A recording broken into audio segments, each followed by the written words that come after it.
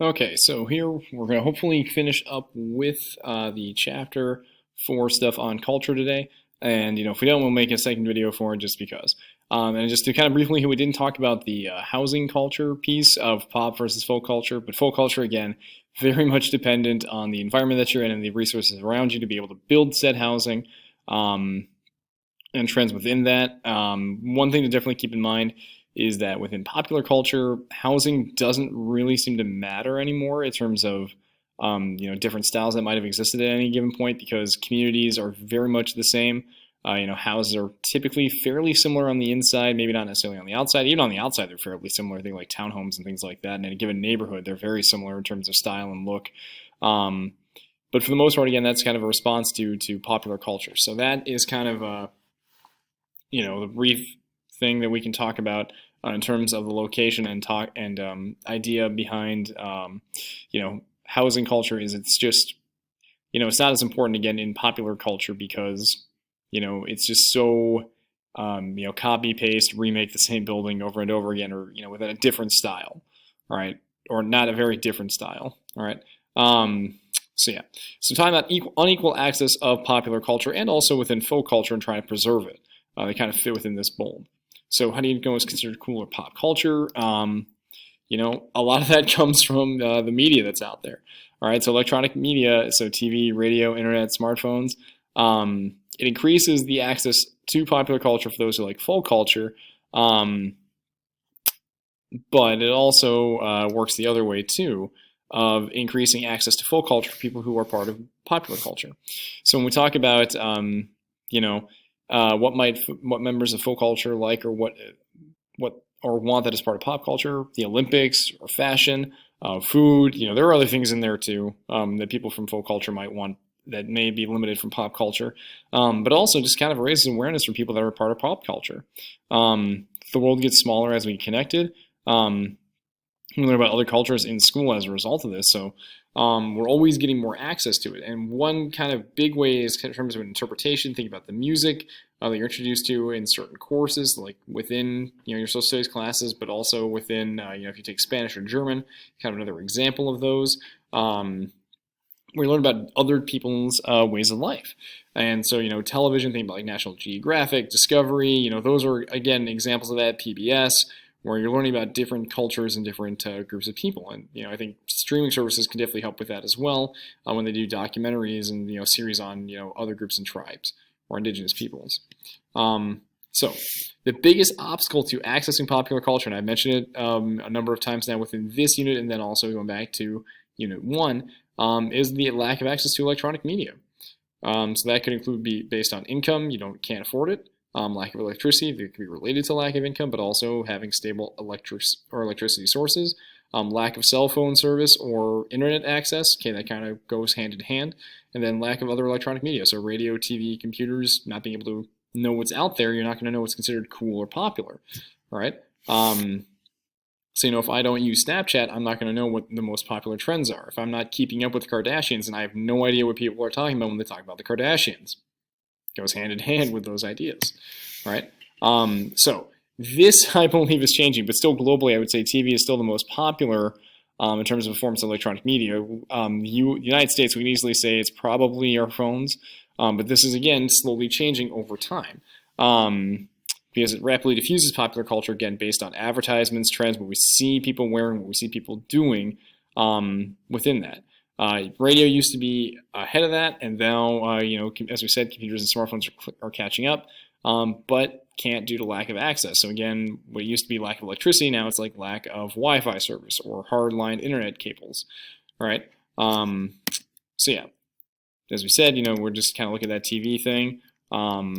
Has been kind of the biggest thing, and I'm not going to go really far into that. But then as over time, internet access has really been springing up over the last, 20 years, really the last 10 years in particular, especially with the addition of smartphones and Wi-Fi access, right? So you can kind of see a number of internet users by the world map, kind of, how many people were using the internet 10 years ago based on countries, and so you also see that lack of access and development. Twitter accounts by country. All right. Again, you can kind of see that China's not really up there because it's banned in China. All right. TikTok, obviously, very big, being a Chinese company. So I think this is Facebook. Um, I don't really remember from this point, but I would assume Facebook is kind of, because there's a number of friends on there. So the biggest threats when we talk about threats to folk culture from the electronic sources. So external threats. Most electronic media is controlled and developed by countries, or by, I should say, developed countries. So I think the United States, Great Britain, Japan, who also export the most programs. So when it comes to entertainment, they reflect the values and norms of the countries that they are produced in. So when you watch an American TV show, you're getting American perspectives and American culture as opposed to cultures of other groups. And when they try to show other groups, it's not necessarily done in the most wholesome fashion, even though they try and make that better the more we kind of go through that over time.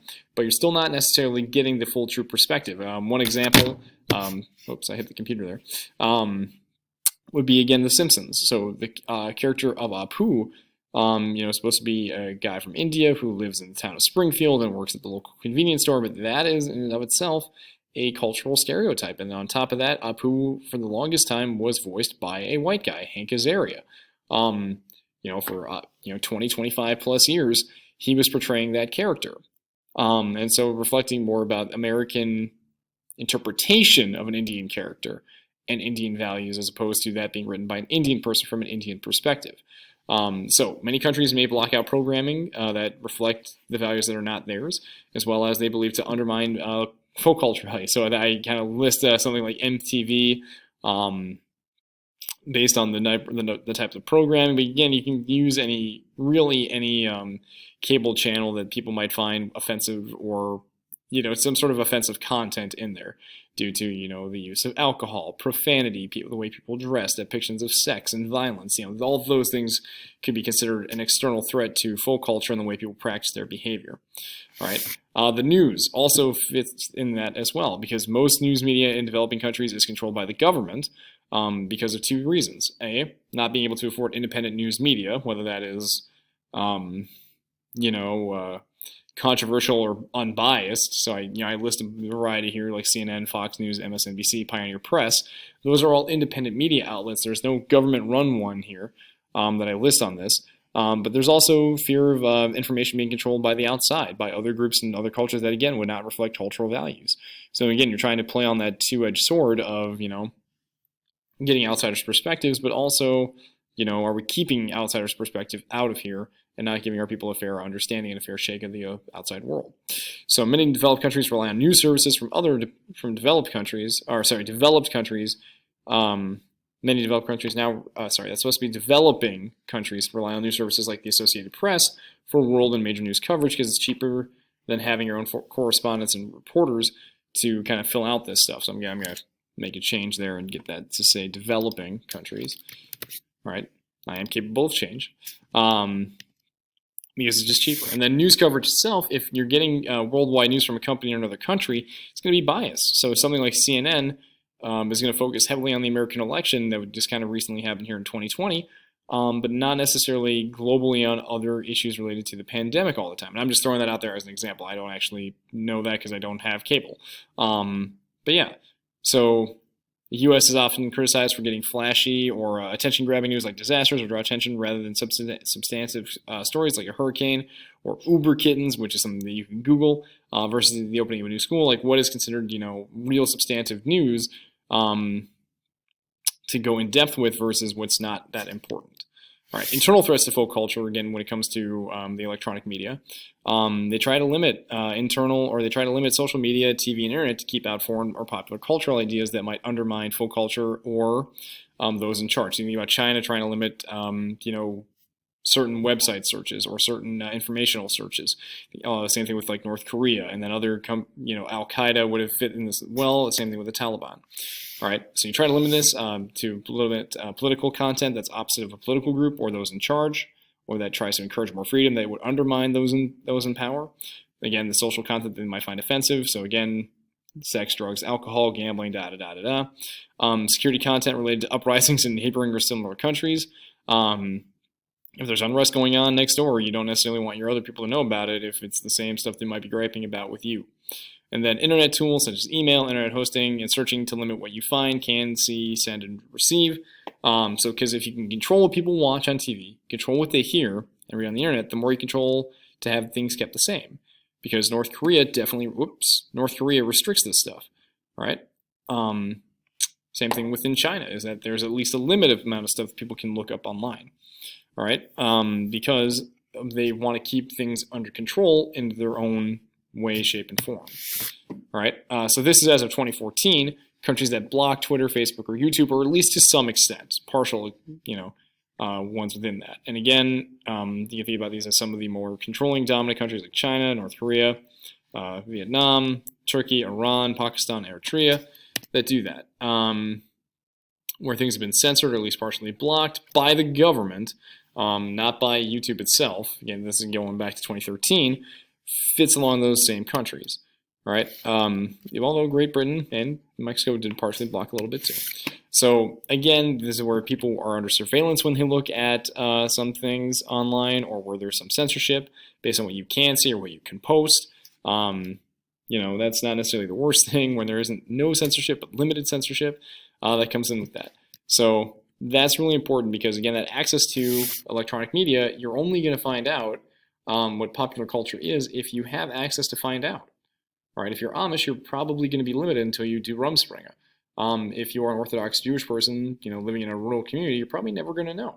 But if you're living in New York and Williamsburg, you're probably going to be surrounded by it, but you're going to be discouraged to ever actually go in there or kind of work with those people or get to know them or the outside things, because your cultural group may not necessarily want you to know what's going on in the outside world. They're going to try and limit those abilities, and some of the stuff that they do is quite intentional for that too. So whether that's by a country or whether that's by a social group or structure that tries to limit outside information to, again, preserve the way of life or their power or control over groups of people, or to keep the culture fairly the same. So talking about sustainability is something we're going to come back to in the final video.